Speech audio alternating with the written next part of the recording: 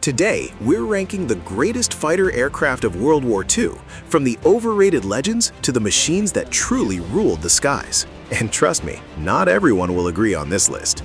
10. Mitsubishi A6M Zero, Agile Early War Predator. In 1940, the Zero was a ghost.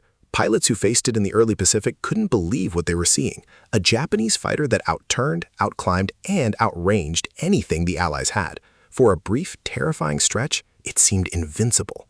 But the Zero was built on a lie, or rather, a trade-off so severe it bordered on a death sentence for its own pilots. To achieve that extraordinary range and agility, Mitsubishi's engineers stripped out almost everything that might save a man's life. No armor plate behind the pilot, no self-sealing fuel tanks. The aircraft that looked like a Predator was structurally made of paper. When Allied pilots learned not to dogfight it, when they learned to dive, hit, and climb away, the Zero had no answer. It couldn't dive at high speeds without the controls locking up. It couldn't absorb punishment. One good burst and it burned. By 1943, it was obsolete. By 1945, it was a coffin with wings being pointed at Allied ships in kamikaze attacks. A legendary beginning, a horrifying end. 9. Hawker Hurricane, Battle-Tested Defender. Here's something they don't teach you in school. The Battle of Britain was not won by the Spitfire. Oh, the Spitfire gets the glory, the posters, the movies, the museum exhibits.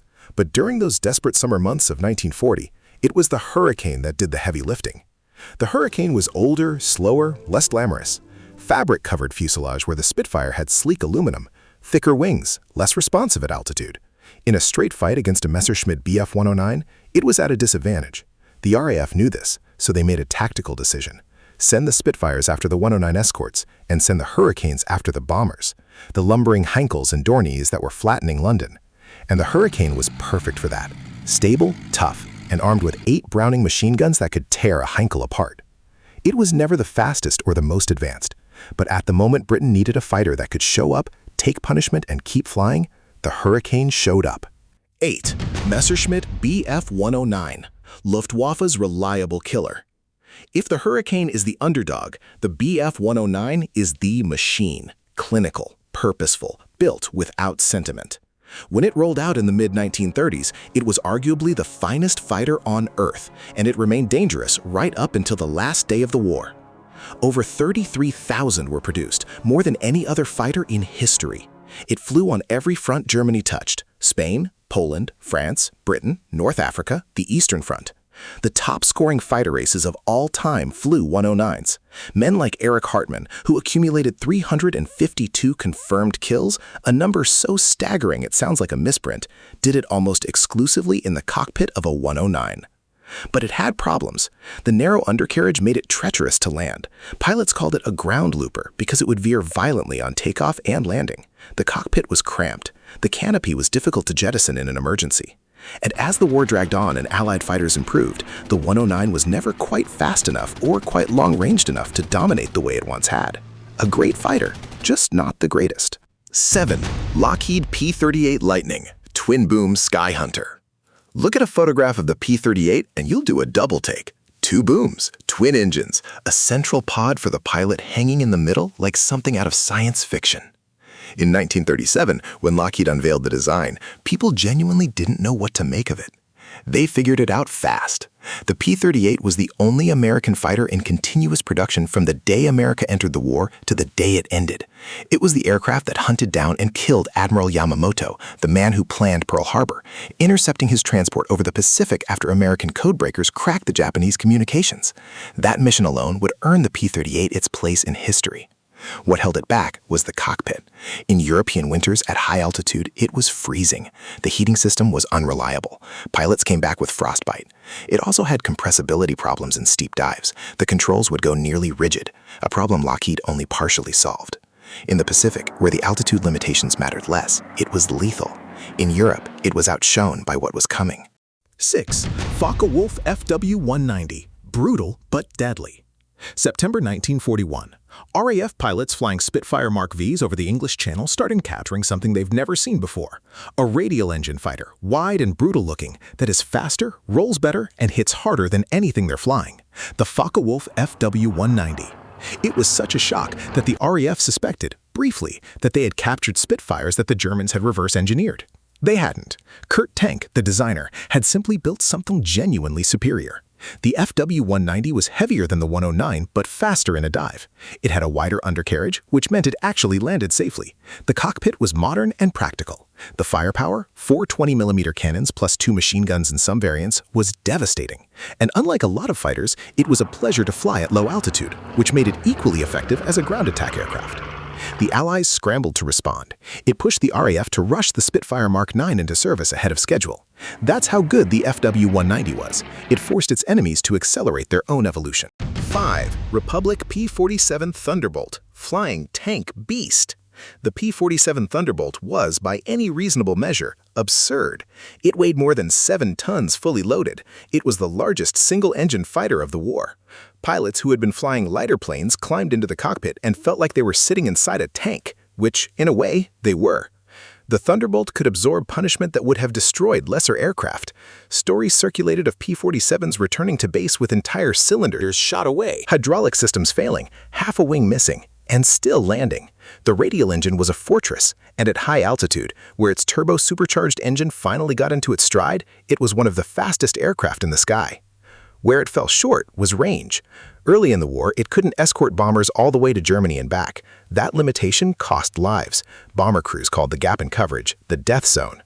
But when drop tanks finally extended its range, and when commanders realized it was also a supreme ground attack platform, able to carry bombs, rockets, and enough ammunition to obliterate entire convoys, the Thunderbolt became one of the most feared weapons of the European theater.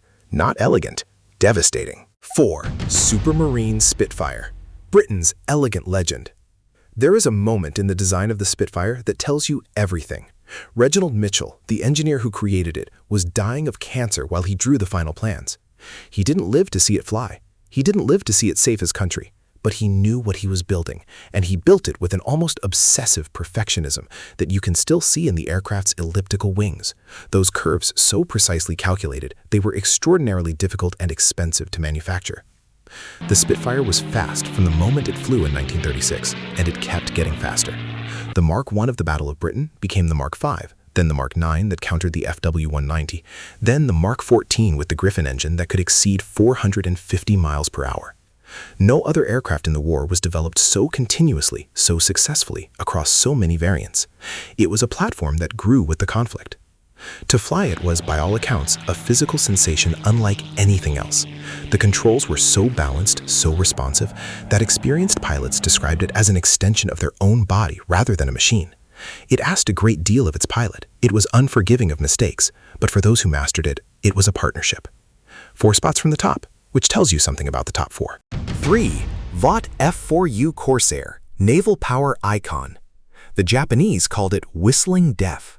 The sound of the Corsair's distinctive gull wings cutting through Pacific air apparently carried a specific recognizable frequency, and the pilots who heard it coming knew what it meant.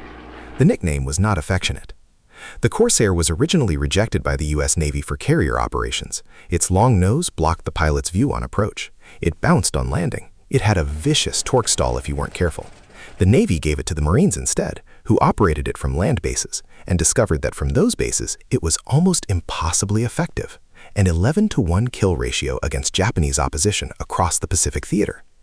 The British, who received Corsairs under Lend-Lease, actually figured out how to solve the carrier problem, a slight modification to the landing approach angle, and successfully flew them from carrier decks before the Americans did. The aircraft that America's own Navy had rejected as too difficult was being used by Britain as a frontline carrier fighter. Eventually, the Americans caught up. By the end of the war, it was flying strikes against the Japanese home islands. It would go on to fly in Korea, a fighter that outlasted the war it was born for. 2. Grumman F6F Hellcat, Carrier Killer King. The story of the Hellcat begins with a crashed Zero. In June 1942, a Japanese pilot made a forced landing on a remote Alaskan island during the Battle of Dutch Harbor. He died in the crash, but the aircraft was largely intact, and the Americans recovered it. For the first time, engineers could take apart a Zero, study every rivet, weigh every component, measure every control surface. Grumman was already developing the F6F. They used what they learned from that Zero to refine it. More armor, self-sealing tanks, a powerful Pratt & Whitney engine that could handle the Zero's altitude range. The result was an aircraft specifically engineered to kill the Zero, and it did so at a ratio of 19-to-1 across the Pacific War. 19 Japanese aircraft for every Hellcat lost in air-to-air combat. It wasn't the prettiest fighter in the war. Grumman's aircraft always looked slightly industrial, like something built for function rather than aesthetics, which is exactly what they were. Pilots loved it because it kept them alive. It was stable, it was powerful, it was forgiving, and it hit back hard. By the time of the Mariana Islands campaign in 1944, the Great Marianas Turkey Shoot, the Hellcat had essentially broken Japanese naval aviation as a fighting force. It ended the war with more aerial kills than any other Allied naval aircraft. 1. North American P-51 Mustang, Ultimate Sky Champion. In the autumn of 1943, the American 8th Air Force was losing the war over Germany. Bomber crews on long-range raids to targets like Schweinfurt were suffering losses of 20–25% per mission.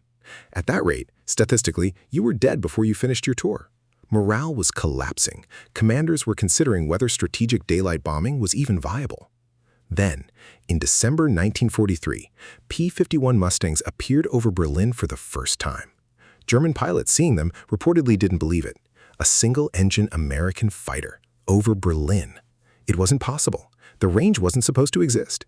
And yet there they were, with drop tanks that could carry enough fuel to escort bombers all the way to the target and all the way home. The Mustang had an unlikely origin. It was designed and built in 117 days, a story that still seems implausible. Initially, with an Allison engine that limited it to low altitudes. Then, someone married the airframe to a Rolls-Royce Merlin engine, the same engine that powered the Spitfire, and something extraordinary happened. The combination produced a fighter that was faster than almost anything Germany had a range of over 1,400 miles with drop tanks, and could hold its own in a turning fight at any altitude. Its kill ratio in Europe was better than 9-to-1. It escorted over 200,000 bomber sorties. It destroyed German air power not just in the sky, but on the ground, strafing Luftwaffe airfields, fuel depots, rail lines. By the time Germany surrendered, the Luftwaffe had been bled white, and a significant portion of that bleeding had been done by the P-51 Mustang. General Eisenhower called it the aircraft that won the war in Europe. That's not a line you find in a press release. That's a commander summing up, with no need to exaggerate, what he watched happen. Number 1, and it isn't close. If you liked this video, I'm sure you'll like this one too. Subscribe if you enjoyed this video. Our channel is small, so we are replying every comment below. Comment any suggestion for future videos. Thanks for watching.